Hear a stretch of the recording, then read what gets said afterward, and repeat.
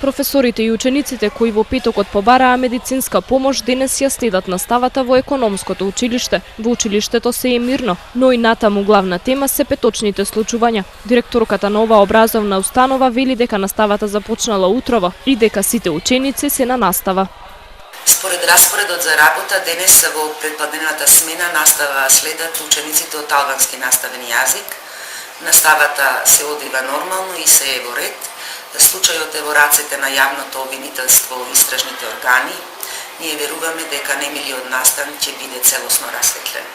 Јавниот обвинител Ахмет Ахмети вели дека истрагата е во тек. Се уште ги немаат добиено извештаите од судска медицина и кримтехника. Откако ќе ги добијат, ќе се знае кои беа причините за инцидентот кој во петокот се случи во економското училиште во Гостивар, кога 60 на ученици и наставници се пожалија на солзење на очите и печење во грлото.